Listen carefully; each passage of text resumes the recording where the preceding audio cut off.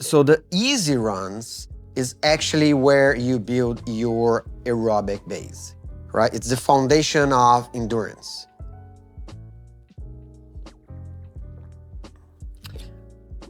Hello there. So welcome back to the channel. And today we're going to talk about a topic that it's been on a lot of people's mind and there's a lot of people talking about it, right? So why running slow makes you faster and why you should do it, right? So the first thing to keep in mind is that like most runners, they basically make the same mistake, right? So they think that every run needs to feel hard, needs to feel fast. You need to end the run totally exhausted, right? To be worth it. But here is the truth, right?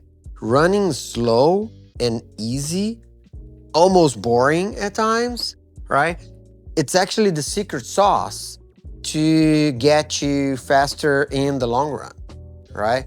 And you should just be a little bit more patient about it, right? And I know it's hard, right? But I'm going to explain why and what happens and why that's actually good for you, right? So let's do that now, right?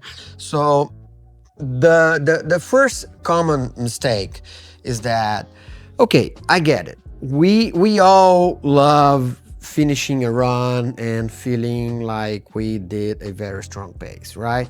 And we love seeing that on our Garmin or Polar watches, and we love posting those numbers on Strava and getting those Strava trophies that actually don't mean shit, right? But it boosts our ego up a little bit, right?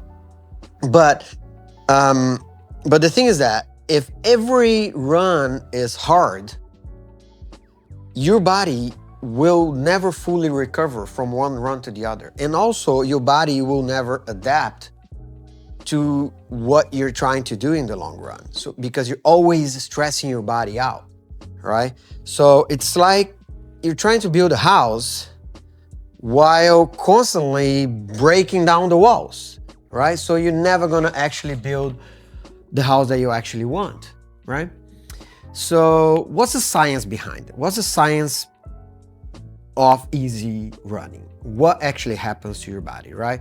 So the easy runs is actually where you build your aerobic base, right? It's the foundation of endurance, right?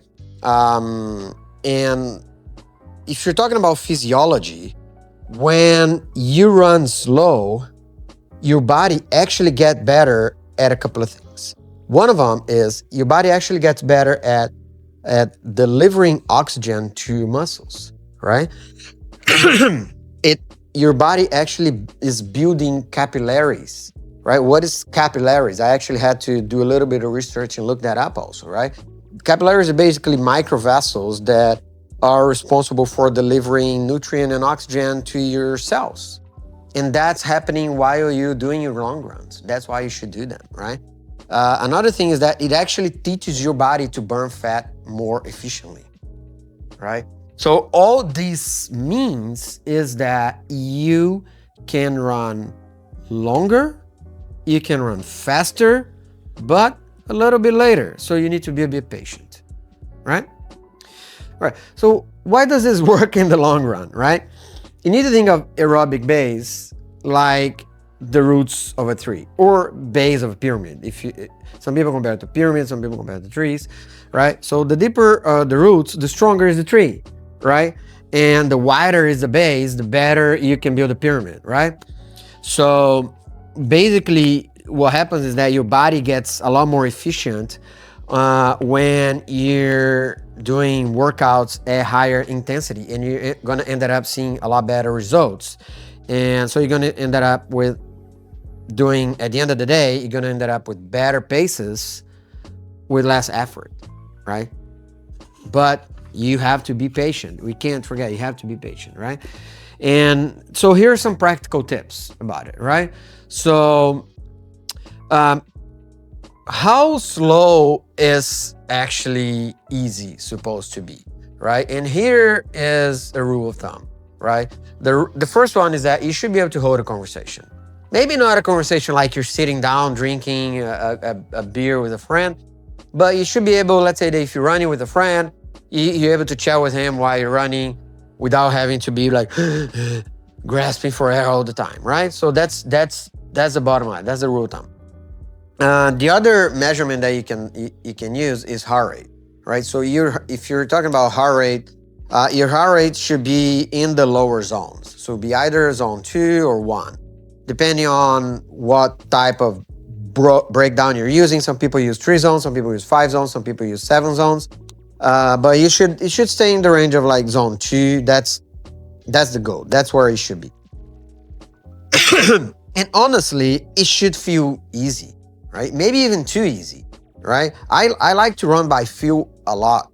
And especially because I don't run with a heart rate belt, I just run with the watch. The watch is not always exact. But if I'm supposed to run easy, I really try to feel, is this easy? Can I talk? How is it feeling for me? So it should feel easy, because that's the point of the easy run. Yeah. And so and another thing is that you should try to actually do 80% of your weekly mileage at an easy pace, at that zone 2, in that range, right? And then 20% you should spend doing high intensity workouts like intervals, like tempo, like long runs with marathon pace or half marathon pace at the end, so a strong finish. That's what you should do, for the most part, right? But always try to follow what your coach is doing, right? So, to close up, right? So the next time you're tempted to just go out and hammer it on every run, or every Saturday or Sunday, you're gonna go out and try to go for a PR every week, just remember, go slow today to go faster tomorrow. And I actually see a lot of people, a lot of my friends, not a lot, but like some of my friends saying, oh yeah, I hit a PR on Sunday, and then I hit another PR on Sunday. And it feels like every week they go out and they try to hit a PR. And I'm like, I don't keep saying that to them because I don't want to be that guy. I don't want to be annoying. But in the back of my head, I'm thinking, okay, he is making some progress. He or she is making some progress. But whatever progress this person is having by just hammering every week, he or she would be having a bigger progress if you would actually be following some process, would be having some easy runs, would be having some more targeted training sessions, right? So try to think of that. Whatever progress you think you're having, if you try to trust the process and be a little bit more patient, at the end of the day, your progress will be better. At least that's what I believe, right? So, and trust the process, right? That's what I've been saying. Enjoy the easy miles. Like, there's nothing better than you just running for an hour and a half on an easy pace. You're just listening to a podcast or listening to an audiobook.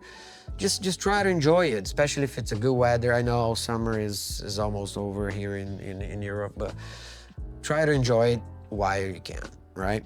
And leave your ego out the door. Right? Forget about posting on Strava, what people think about it. Forget about you being competitive with yourself last week. Again, get into a certain process, trust the process, leave your ego out of it. And at the end of the day, believe me, let your future self thank you for at the finish line, because I guarantee that if you follow this process, you will be better at the end, right? And so yeah, have you found this chat useful? If you did, how about leaving a like, subscribing to the channel, because it can help us a lot. And I'll see you next time.